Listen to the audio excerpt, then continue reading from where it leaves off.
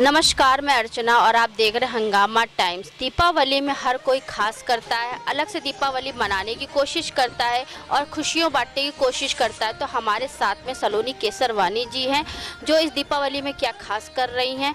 Congress committee की जिला उपाध्यक्ष हैं और बीइंग वुमेन फाउंडेशन की अध्यक्ष हैं। तो उनसे हम बात करेंगे कि इस दीपावली में वो क्या खास कर रही हैं और किस तरीके से 2022 के लिए तैयारी है, और प्रियंका गांधी के साथ में कदम से कदम मिलाकर किस तरीके से वो आगे बढ़ रही हैं। आइए चलते हैं, उनसे बात करते हैं। आपका स्वागत है।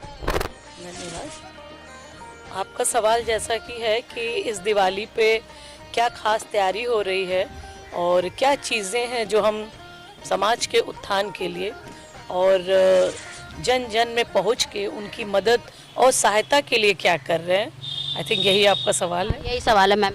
और फिर आपने जो ऐड किया कि प्रियंका जी के साथ में कैसे कदम से कदम चल के उनका हाथ मजबूत करना है, ये दो अलग तरह के सवाल हैं। पहला जो सामाजिक सवाल है, यानी कि दीपावली, उनसे रिलेटेड खुशियां बांटना और कैसे जन जन तक सहयोग करना।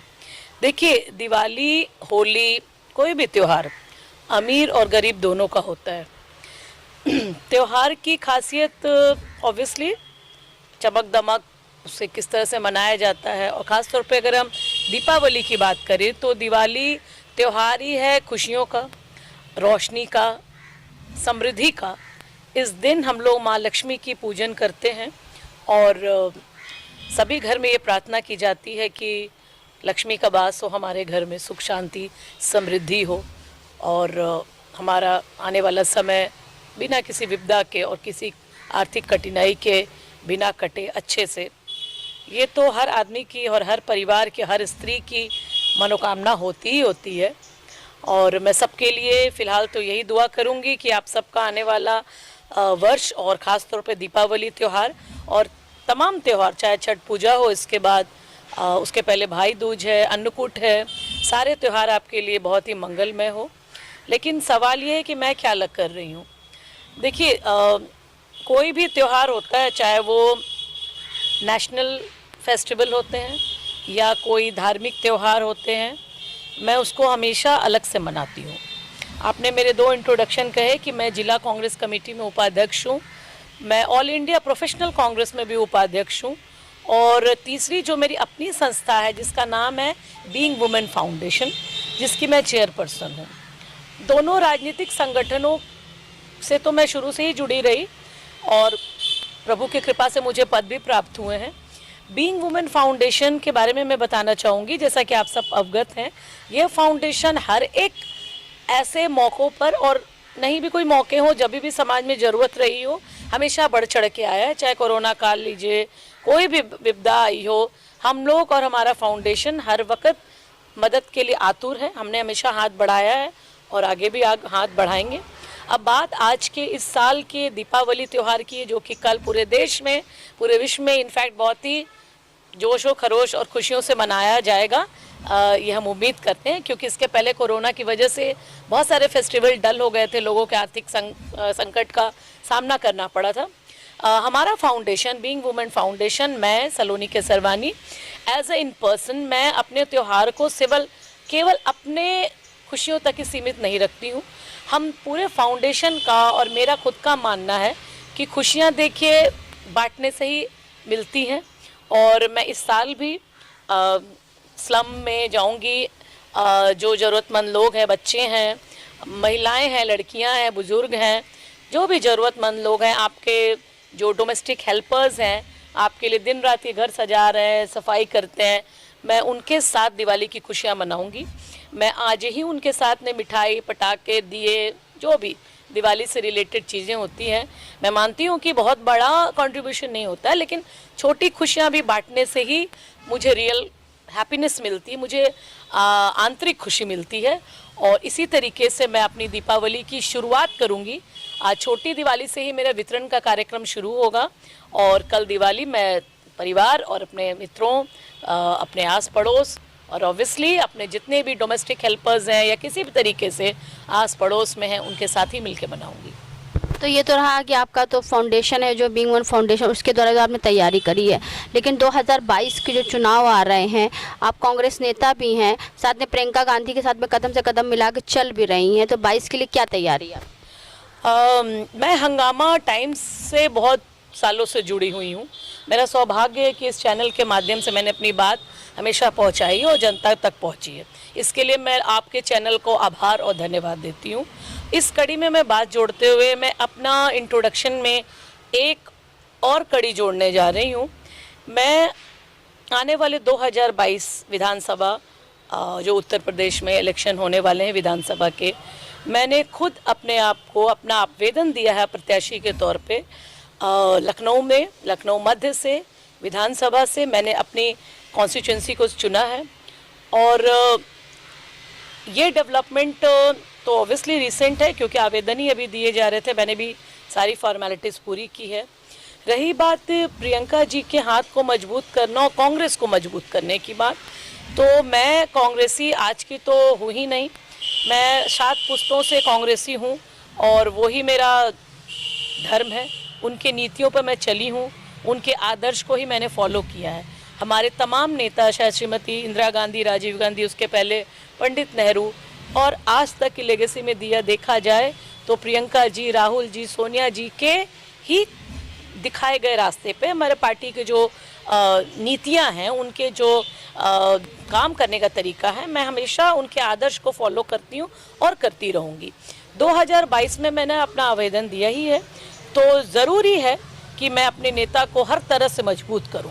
प्रियंका जी ने विगत कुछ महीनों से जो आक्रामक तरीके से उत्तर प्रदेश को अपनी पूरी ताकत से सींचना शुरू किया है, क्योंकि आज तक उत्तर प्रदेश विकसित विकास कहा जा रहा है, लेकिन सींचने वाला नेता कोई नहीं पैदा हुआ, जो कि ज़मीन से सिंचाई होती है, तभी फल फ्रूट आगे लगते हैं और तभी विकास होता है।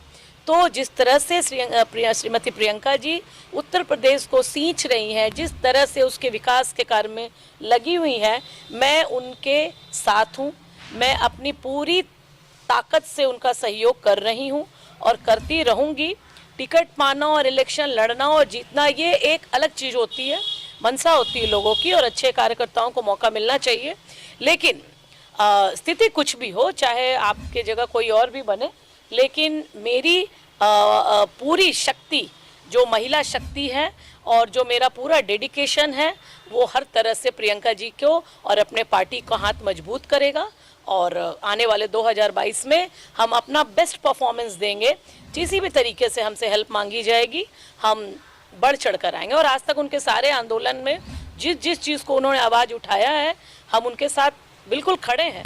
और जब भी हमें बुलाया जाता है, नहीं भी बुलाया जाता है, तो वो तो हमारी माननीय नेता हैं, उनके एक आवाज़ पे हम पूरे हुजूम के साथ उनके साथ चल देंगे।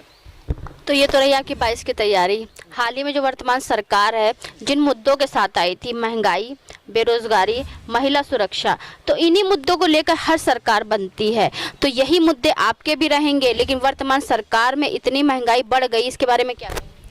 मैं इस पर कुछ मुद्दों पर अपनी पॉइंट्स रखना चाहूँगी, ओपिनियन देना चाहूँगी और बात भी बताना चाहूँगी। सरकार जो वर्तमान है चली वो तो है ही है, लेकिन जैसे जैसे इलेक्शन का टाइम आ रहा है, एक सियासी माहौल चारों तरफ बनने लगा है। तमाम पार्टियां, चाहे वो सपा हो, बसपा हो, भाजपा तो है ही है, आम पार्टी और भी बहुत सारी पार्टियां, सभी अपने अपने मैदान में आ गई हैं और सब ने अपने अपने पत्ते खोलने शुरू कर दिए हैं। कोई पार्टी में बिना नाम लिए बोलूँगी, बिना नेता के नाम लिए बोलूँगी, कोई जिन्नावाद को समर्थन करता है, कोई हिंदू मुस्लिम पर आता है, कोई दलित पर ही बोलता रह जाता है। ये सारी चीज़ें छोटी और बहुत ही मैं इसको छोटी मानसिकता कहूँगी। देश जिन्ना से, हिंदू मुस्लिम से, दलित से, ब्राह्मण से, इससे उससे नहीं चलता है। देश चलता है एकता से, जातिवाद से ऊपर उठ के, सबको लेके, ओवरऑल तरक्की करने से, हर एक को सहारा देने से चलता है। हम एक किसी क्लास को चुन लें कि हम तुम्हें तरक्की करवाएंगे और बाकी जाए किसी भी तरीके से, ये राजनीति नहीं है। ये राजनीति है, लेकिन ओछी राजनीति है। राजनेता तो वो होता है जो, और नेता और राजा किसे कहते हैं, जो सबका कल्याण करता है, जो सबको लेके चलता है। अगर आप इन्हीं धार्मिक चीज़ों में और छोटे छोटे बातों में अपने थॉट को यूज़ करेंगे तो आप देश का कल्याण कैसे करेंगे। अभी सारी पार्टियों ने अपने अपने घोषणा पत्र जारी करना शुरू किया। मैं खुद मैनिफेस्टो, कांग्रेस की मैनिफेस्टो बिल्डिंग कमेटी में हूँ और वहाँ मुझे अभी अपने बातों को रखने का मौका मिला। मैं कई महिला संगठन के साथ उस मीटिंग में उपस्थित रही। हम लोग दल बल के साथ गए, हमने अपने अपने मुद्दों को रखा, उस पर गौर फरमाया गया। और जब ये ओवरऑल प्रियंका जी के जो घोषणा पत्र में महिलाओं के लिए जो जो चीज़ उन्होंने ऐड की है वो निहायत ही तारीफ़े काबिल है। वो इतना उम्दा, इतना बढ़िया और इतना महिलाओं को सशक्त करने वाला है कि ऐसा मैनिफेस्टो, ऐसा घोषणा पत्र आज से मैं राजनीति नहीं देख रही हूँ, बचपन से देख रही हूँ, अपने पिताजी के ज़माने से आज तक इतना बढ़िया घोषणा पत्र कभी बना ही नहीं है। कुछ पॉइंट्स हैं जिसको मैं आज आपके चैनल के माध्यम से बताना चाहूँगी। सबसे बढ़िया तो उन्होंने जो नारा दिया है, लड़की हूँ लड़ सकती हूँ, ऐसा कहते ही, उनके इस स्लोगन के आते ही हम लोगों में एक अजीब सी ऊर्जा का संचार हो गया है। पता नहीं कहाँ से हम लोग अपने आप को इतने एम्पावर्ड फील कर रहे हैं जो कि आज तक किए ही नहीं थे। बहुत सारे नेता आए गए हर दल के। कुछ पॉइंट्स है जो उन्होंने महिलाओं को ही रख करके उन्होंने उनको जो सुविधाएं देने की बात की है। सबसे प्रथम उन्होंने कहा कि टिकटों में महिलाओं की 40% की हिस्सेदारी। सेकंड, छात्रा को स्मार्टफोन और स्कूटी। सालाना 3 मुफ्त गैस सिलेंडर। महिलाओं के लिए फ्री बस सेवा। नए सरकारी पदों में आरक्षण प्रावधान के अनुसार 40% महिलाओं की नियुक्ति। 1000 प्रति माह वृद्धा विधवा पेंशन। आंगनवाड़ी और आशा बहुओं को 10,000 प्रति माह मानदेय। प्रदेश में वीरांगनाओं के नाम पे 75 दक्षता विद्यालय। हम वचन निभाएंगे। ये उनकी प्रतिज्ञाएं हैं जो उन्होंने की है। उन्होंने प्रतिज्ञा रैली भी चलाई, इधर आपने देखा। इतना खूबसूरत और इतना बढ़िया मैनिफेस्टो, स्पेशली औरतों को ध्यान में रख करके। आप बताएं, आप लोग तो बहुत जगह जाते हैं, कई नेताओं को इंटरव्यू करते हो, सामाजिक कार्यकर्ताओं का करते होंगे। इतना बढ़िया तो आज तक किसी पास्ट में इतनी महिला मुख्यमंत्री भी रही, क्या किसी ने ऐसा दिया? नहीं। महिला के नाम पर अत्याचार ही हो रहे हैं उत्तर प्रदेश में, एक के बाद एक घटनाएं, दुर्घटनाएं। और जो इधर लखीमपुरी और ये बहुत सारे उन्नाव, इनमें जो दर्दनाक घटनाएं हो रही हैं, इसके बाद से मुझे तो नहीं लगता कि वर्तमान सरकार को जरा सभी महिला सुरक्षा का ध्यान है। सब अपनी रोटी सेकने में लगे हुए हैं। लेकिन इस मैनिफेस्टो में जो चीज़ें औरतों के लिए, उनके विकास और सशक्तिकरण के लिए ऐड की गई हैं, ये निस्संदेह तौर पे बहुत बड़ी बात है। ये इतनी अच्छी बात है कि सरकार कोई भी आ सकती है। भाई लोकतंत्र है, कब तख्ता पलट जाए कुछ कहा भी नहीं जा सकता। लेकिन अगर प्रियंका जी आती हैं, मैं तो चाहूँगी प्रियंका जी मुख्यमंत्री बने और फिर देश की प्रधानमंत्री बने, क्योंकि उनमें वो बूता है, वो उनमें दमखम है और ओवरऑल वो इतनी महान हस्तियों की पोती हैं, बेटी हैं। उनका जो थॉट है, उनका जो विचार है, दूरगामी है। इन बातों से, इन मैनिफेस्टो को देख कर आप हल्का से ही अंदाज लगा सकते हैं कि हमारा थॉट कहाँ कहाँ तक है। विकास का उन्होंने क्या तरीका चुना है और उसको वो इम्प्लीमेंट करेंगी हमारी सरकार आती है तो। और मान लीजिए कि सरकार किसी की भी बने, आप ओपोजिशन पार्टी में भी तो हैं, तो हम अपने पूरे तन मन धन से कोशिश करेंगे कि हम महिलाओं को खास तौर पे सशक्त करें। क्योंकि आप देखेंगे महिलाओं में विकास तो हुआ ही है, लेकिन जो तकलीफ, सामाजिक जो वेदना या जो अत्याचार महिलाएं सहती हैं, उसको दूर करना है, इनफैक्ट उसको भगाना है और महिलाओं को सशक्त करना है। और मैं प्रियंका जी के साथ, अपने पूरे दल बल के साथ हूँ, हर तरह से मैं उनके साथ हूँ। ये तो आपके एक नेता के तौर पे हुआ बात, लेकिन वर्तमान सरकार भी जो इन्हीं मुद्दों को लेकर के आई थी, महिला सुरक्षा के लिए वादे सही पार्टियां करती है। कांग्रेस सरकार इसके पहले भी थी आपका केंद्र में, तो बहुत सारे ऐसे दुष्कर्म महिलाओं के साथ होते थे, अत्याचार होते थे। तो अब अगर उत्तर प्रदेश में सरकार आएगी आपकी, तो क्या इसमें परिवर्तन होगा, क्या गारंटी है? देखिए, दुनिया में गारंटी किसी चीज़ की नहीं है कि अपराध स्टॉप हो जाता है, लेकिन कोशिश तो करनी चाहिए। आप देखिए यहाँ पे क्या है कि कोई कोशिश करता है तो पहुँचने का भी, पीड़िता या पीड़ित के घर तमाम रूप से प्रशासन लगा दिए जाते हैं। आपको एक बात याद होगी, दिल्ली में जो निर्भया कांड हुआ, जब शीला दीक्षित की सरकार थी दिल्ली में, ठीक है, तभी फास्ट ट्रैक कानून लाया गया था, लेकिन उसको लागू नहीं किया गया।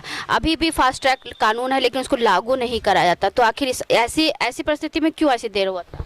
देखिए, मैं सिर्फ इसलिए कि मैं किसी पार्टी से बिलोंग करती हूँ, मैं किसी भी तरीके से किसी भी ऐसे अपराध के हाँ में हाँ नहीं मिलाऊंगी। नहीं, हम आपसे पार्टी के तौर पे नहीं, क्योंकि आप एक संस्था के अध्यक्ष भी हैं, प्लस आप एक कांग्रेस की आप वरिष्ठ नेता भी हैं, आपका एक अच्छा पद भी है, तो आपके यहाँ दो दायित्व होते हैं, एक महिलाओं को लेकर के और एक आपकी पार्टी को लेकर के। तो यहाँ पे आपको ऐसा जवाब देना है जो महिलाओं के हित में हो। मैं शुरू से ही कहती हूँ, मेरा जो डेडिकेशन है और मेरी जो प्राथमिकता है वो राजनीति सेकेंडरी है। मैं पहले ही कहती हूँ, मैं हमेशा से समाज कल्याण पर ही भरोसा करती आई हूँ और वो ही मेरा ध्येय रहा है। ज़रूरी नहीं कि आप एक नेता बनने के लिए आप सामाजिक कार्यकर्ता बने, हरगिज नहीं। पहले समाज का काम कीजिए, उसका उत्थान कीजिए, तब कभी नेता बनने का सपना भी देखिएगा। आपके सवाल से मैं बिल्कुल वाकिफ़ हो गई हूँ।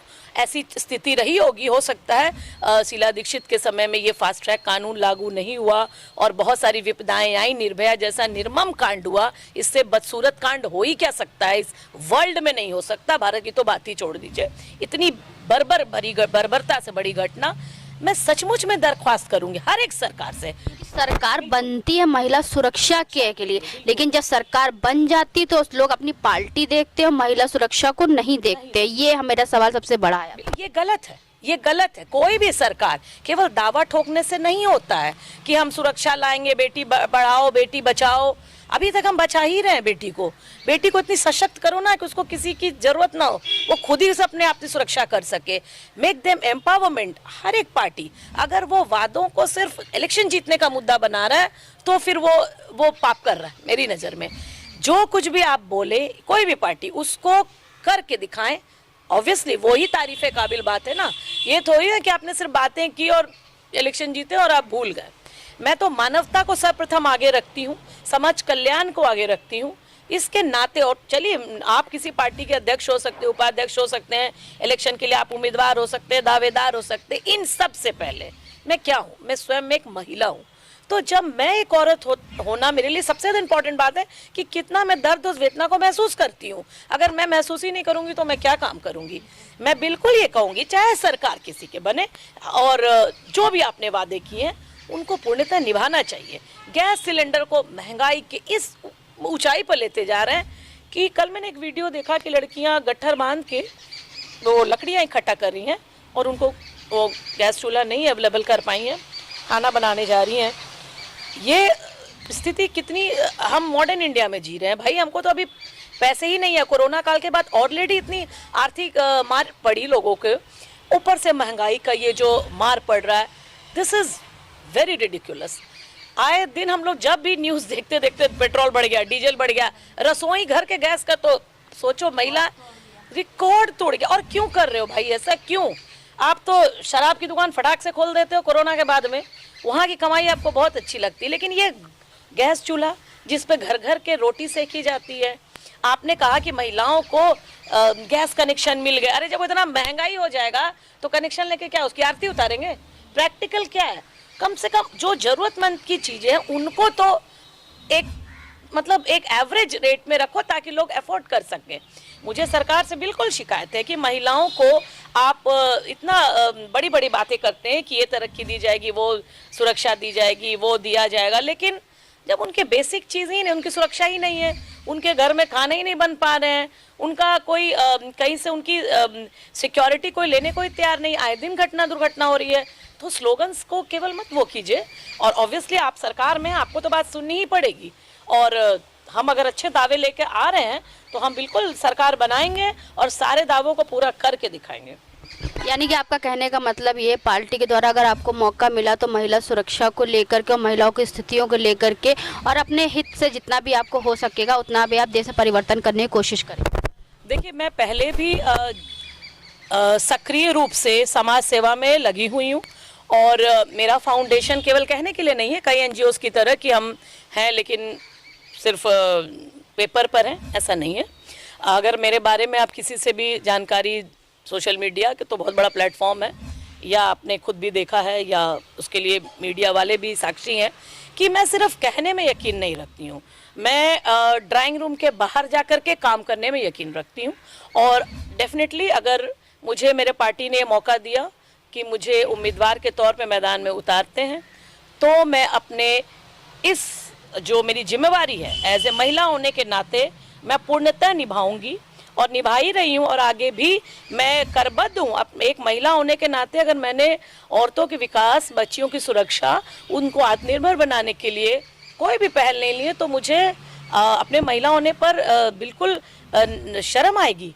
मुझे लगेगा कि मैंने अपने जीवन को सार्थक किया ही नहीं है।